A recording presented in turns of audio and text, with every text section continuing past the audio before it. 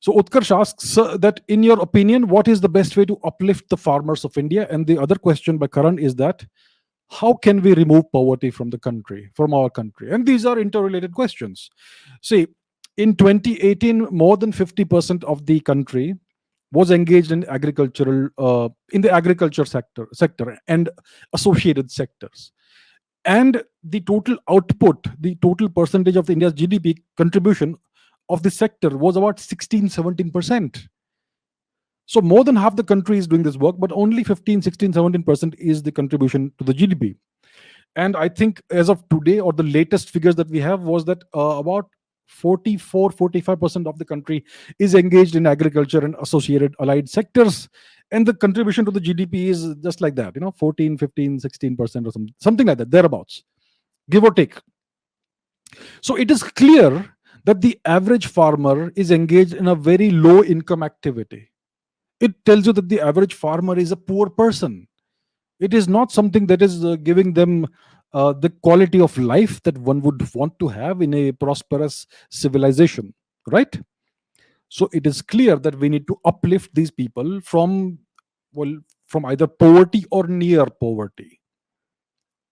So if we were to uplift the the people involved in the agriculture sector, it would bring a significant portion of the country's population out of poverty or into a better economic situation.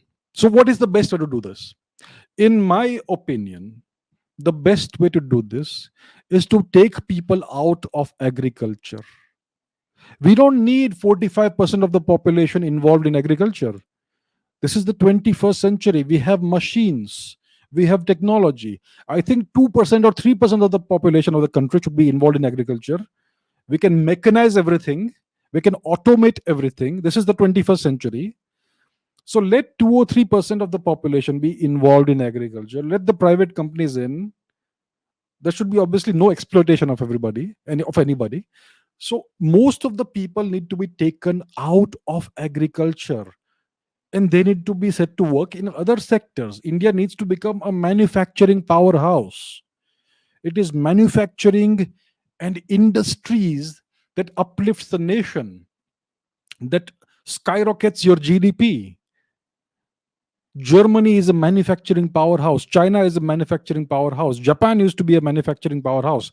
The right way to uplift the population and to take a country out of the low income domain into the middle or high income domain is to invest large scale into manufacturing and industries.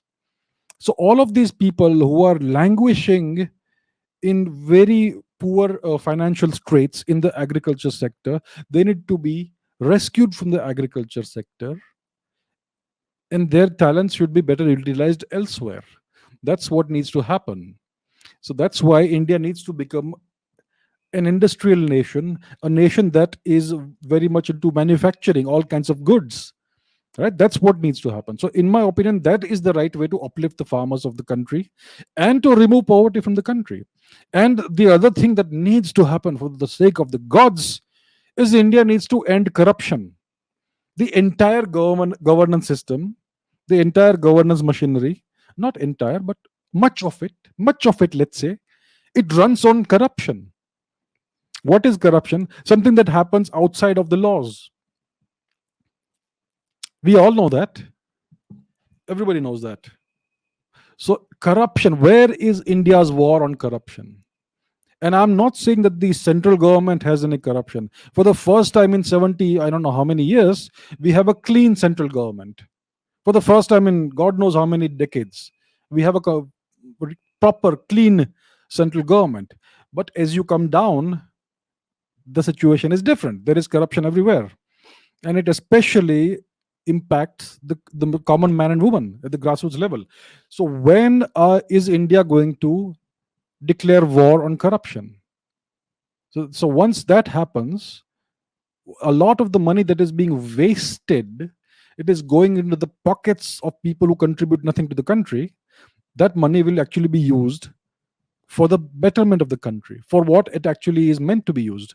So these are the things that need to happen. And if we do that, if the government decides to do that at some point in time, then we will be able to eradicate poverty and become a middle income nation, eventually a high income nation, and the civilization we have always been. So these are the things that need to happen.